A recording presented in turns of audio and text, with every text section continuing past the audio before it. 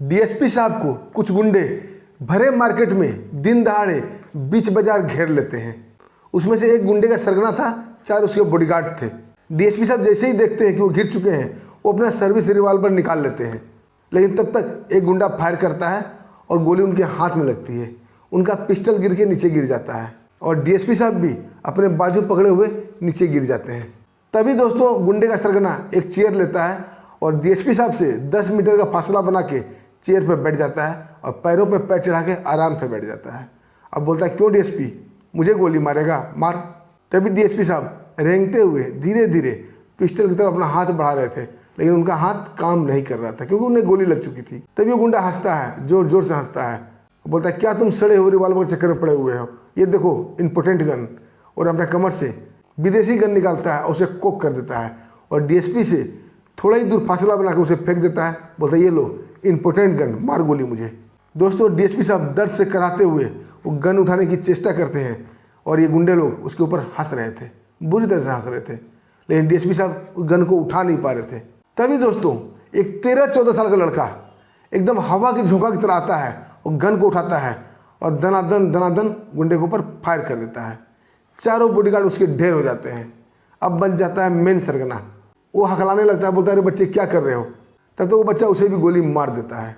आखिर वो बच्चा कौन था, उसने डीएसपी साहब की जान क्यों बचाई, उसने गुंडों को क्यों गोली मारा, आइए दोस्तों पूरी कहानी जानते हैं विस्तार से। दोस्तों कहानी शुरू करने से पहले आप लोगों को बहुत बहुत शुक्रिया, दिल से धन्यवाद। आप लोग हमारे वीडियो को काफ़ी मात्रा में लाइक करते हैं, सब्सक्राइब करते हैं। दोस्तों अपना प्यार और आशीर्वाद ऐसे ही बनाए रखिएगा। सबको हैप्पी दिवाली। आइए दोस्तों चलते हैं कहानी की ओर। दोस्तों कहानी की शुरुआत मुंबई के कच्छ इलाका से होती है। वहाँ एक डीएसपी साहब थे जिनका नाम था दिनेश श्रीवास्तव।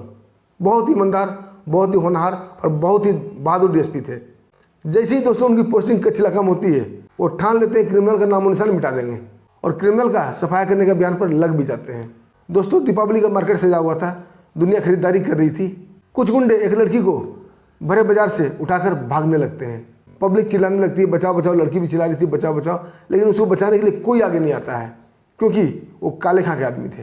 तभी डीएसपी दिनेश श्रीवास्तव आते हैं और हवा में एक फायर करते हैं, गुंडे वहीं रुक जाते हैं। अब डीएसपी साहब पिस्टल उनकी तरफ तान के बोलते हैं, लड़की को छोड़ दो नहीं तो गोली मार दूंगा। दोस्तों ये सुनकर वो गुंडे लड़की को छोड़ देते हैं। अब डीएसपी दिनेश श्रीवास्तव वो तीनों गुंडों को पकड़कर थाने में ले आते हैं। दोस्तों वो तीनों गुंडे डीएसपी को देख के हंस रहे थे। बोलते, क्यों डीएसपी, तुम्हारी वर्दी में ज़्यादा गर्मी हो गई है। बोलता, अरे मैं तो यूँ निकल जाऊँगा, यूँ, कोई ऐसा जेल नहीं बना, कोई ऐसा थाना नहीं बना जो मुझे कैद कर ले। तभी दोस्तों थोड़ी देर बाद आईजी साहब का फ़ोन आता है और हुक्म होता है कि उन तीनों को छोड़ दो, वो शहरी इज्जतदार हैं। अब दोस्तों मजबूरन डीएसपी साहब को उसको छोड़ना पड़ता है और तीनों डीएसपी का मजाक उड़ाते हुए चले जाते हैं। अब दोस्तों डीएसपी श्रीवास्तव अपना मन प्लान बनाते हैं कि कुछ ऐसा करना पड़ेगा कि गुंडों को छोड़ने की नौबत ही ना आए। लेकिन वो अकेले कर क्या सकते थे, पूरा सिस्टम उनके साथ नहीं था। उसमें बहुत सारे लोग थे जो गुंडे की तरफदारी करते थे, उनसे रिश्वत खाते थे। इसलिए डीएसपी दिनेश श्रीवास्तव मन महसूस कर रह जाते हैं। दोस्तों दूसरे दिन डीएसपी दिनेश श्रीवास्तव मार्केट की तरफ जा रहे थे, दिवाली का बाजार सजा हुआ था। तभी गुंडों का मुखबिर अपने बॉस को खबर देता है कि डीएसपी मार्केट में घूम रहा है। अब दोस्तों गुंडा अपने 4 बॉडीगार्ड को लेकर मार्केट में आ जाता है और डीएसपी को घेर लेता है। डीएसपी साहब जैसे ही देखते हैं कि वो गुंडों से घिर चुके हैं, दोस्तों वो अपना सर्विस रिवॉल्वर निकाल लेते हैं और फायर करना ही चाहते थे, तब तक गुंडा फायर करता है और गोली उनके हाथ में लगती है। उनका सर्विस रिवॉल्वर गिर जाता है। तभी दूसरा गोली चलता है। डीएसपी साहब बचने के लिए ज़मीन पर लेट जाते हैं और दूसरा गोली उनके बाजू से होते हुए निकल जाता है। अब दोस्तों उनका दाहिना हाथ बेकार हो चुका था क्योंकि डीएसपी साहब जहाँ गिरे हुए थे उससे थोड़ी ही दूर पर उनका सर्विस रिवॉल्वर गिरा था, लेकिन वो चाह के भी उसे उठा नहीं पा रहे थे। घसीटते हुए अपने हाथ को आगे बढ़ाते हैं लेकिन कामयाब नहीं होते हैं। तभी वो सरगना एक चेयर लेता है और डीएसपी साहब से 10 मीटर का फासला बना के चेयर पर बैठ जाता है और अपने पैरों पर पैर चढ़ा के बोलता है, क्यों डीएसपी, निकल गई ना सारी हेकड़ी। तब तक डीएसपी श्रीवास्तव वो गन उठाने की कोशिश में लगे हुए थे। गुंडा जोर जोर से हंसता है, बोलता है, क्या डीएसपी, सड़ा हुआ गन के चक्कर में पड़े हो, अरे ये देखो गन किसे बोलते हैं। और अपने कमर से एक विदेशी पिस्टल निकालता है और डीएसपी को दिखाते हुए बोलता है, इसमें कोई झंझट नहीं है, बस कोक किया और फायर। और ये कहते हुए वो गन को डीएसपी की तरफ फेंक देता है। बोलता है, लो ये इंपॉर्टेंट गन लो, इससे हमें गोली मारो। अरे मारो, ऐसे करके जिद करता है और जोर जोर से उस गुंडे हंस रहे थे। डीएसपी बेचारा लाचारी से उस कभी पिस्टल की तरफ तो कभी वो गन की तरफ देखते हैं क्योंकि वो उठा नहीं पा रहे थे, उनका हाथ बेकार हो चुका था। वो किसी तरह घसीटते हुए हाथ आगे करते हैं, लेकिन उन्हें सफलता नहीं मिलती है और गुंडे उन्हें देखकर जोर जोर से कहा लगाए जा रहे थे। तब तक दोस्तों मार्केट में पूरी भीड़ उमड़ गई थी। चारों तरफ से पब्लिक भी उन्हें घेर कर देखने लगी थी, लेकिन किसी की हिम्मत नहीं हुई थी उस गुंडे के बीच में आने का। दोस्तों ये नज़ारा एक 13-14 साल का बच्चा भी देख रहा था। उसके माता पिता उसके बचपन में ही देहांत कर गए थे। दादा उसे पाल पोस के बड़ा करते हैं। दादा उसके एक्स आर्मी थे।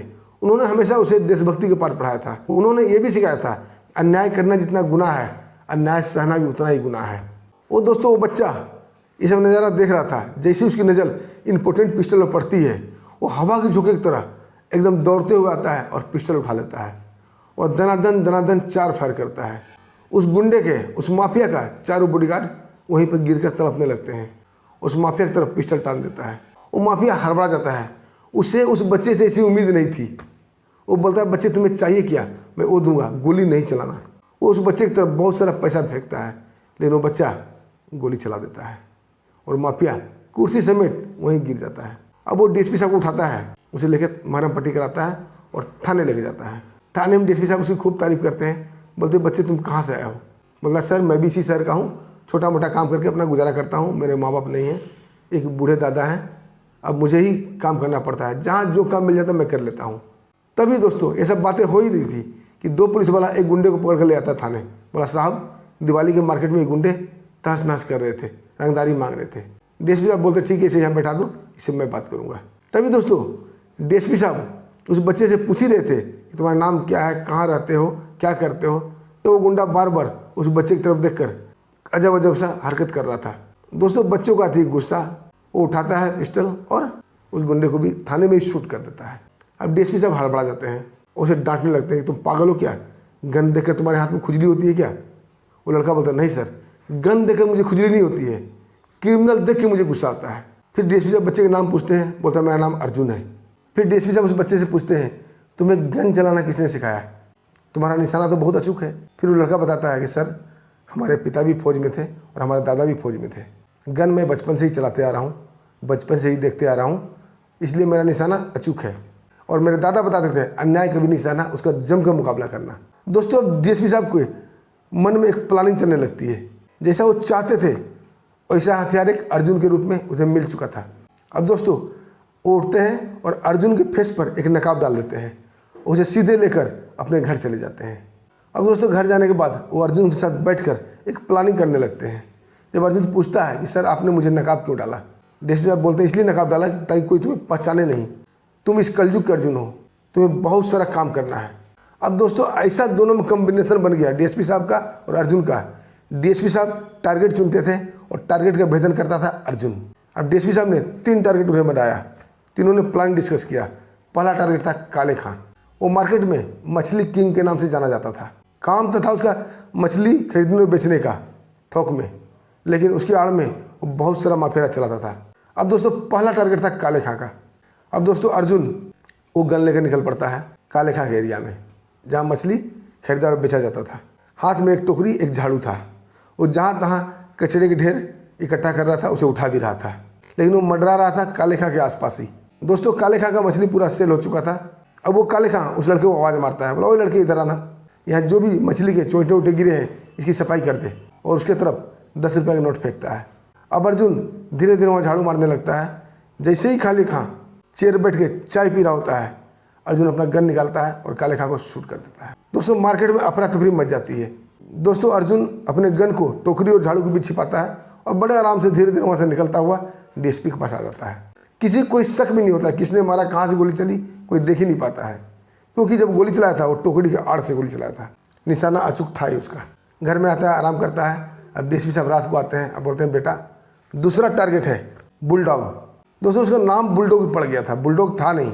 दोस्तों उसका नाम बुलडॉग इसलिए पड़ गया था कि हाथी की तरह उसका बॉडी था और जिम का मालिक था, वो जिम चलाता था। लेकिन जिम में आम शहरी नहीं जाते थे, सिर्फ गुंडे वाले ही जाते थे, जहाँ सारी प्लानिंग होती थी। नाम का वो जिम था। सारा गुंडागर्दी शहर में जितना भी होता था सब जिम में बैठ के प्लानिंग होती थी। अब दोस्तों दूसरे दिन अर्जुन एक भिखारी के भेष बनाता है, एक झोला लेता है फटा हुआ, एक कटोरा लेता है और उसके जिम के थोड़ा ही दूरी पर जाके भीख मांगने लगता है। जैसे बुलडॉग अपने जिम में आता है अर्जुन दौड़ के आता है, बोला बाबूजी 2 दिन से खाना नहीं खाया, कुछ पैसे दे दो। बुलडॉग उसे गहरी नज़र से देखता है, बोला आज के पहले तो तुम्हें देखा नहीं। तब तक वो लड़का बोलता है कि आज के बाद तुम मुझे पहले देखोगे भी नहीं, क्योंकि अब तुम्हें ऊपर जाने का समय आ गया है। ये कहते हुए बुलडॉग के ऊपर फायर कर देता है। जब तक कोई कुछ समझता तब तक वो भिखारी वहाँ से निकल जाता है। अब दोस्तों बड़े बड़े क्रिमिनल ढेर हो रहे थे, मीडिया चिल्ला रही थी कि आखिर हो क्या रहा है, कोई नया गैंग का एंट्री हो गया है, आपस में गैंगवार हो रहा है। अब तीसरे दिन डीएसपी साहब आते हैं अर्जुन के पास, बोलते हैं बेटा कुछ दिन तुम आराम करो और एक प्लानिंग बनाने दो। तीसरा टारगेट है लाला। लाला एक होटल का मालिक है जिस होटल का नाम है चांद सितारा। उस होटल में ड्रग्स और लड़की का धंधा होता था। अब दोस्तों पूरे शहर में मीडिया हाहाकार मचाई हुई थी कि हो क्या रहा है। पुलिस वाले से आईजी डीआईजी से पूछा जाने लगा था कि आखिर क्या हो रहा है। पुलिस वाले ये कहकर पल्ला झाड़ लेते हैं कि आपसी गैंगवार का मामला है, लगता है शहर में कोई नया गैंग आ गया है जो अपना वर्चस्व कायम करने के लिए सबको मारे जा रहा है। और गुंडा भी यही समझ रहे थे, लेकिन खेल कुछ और ही हो रहा था।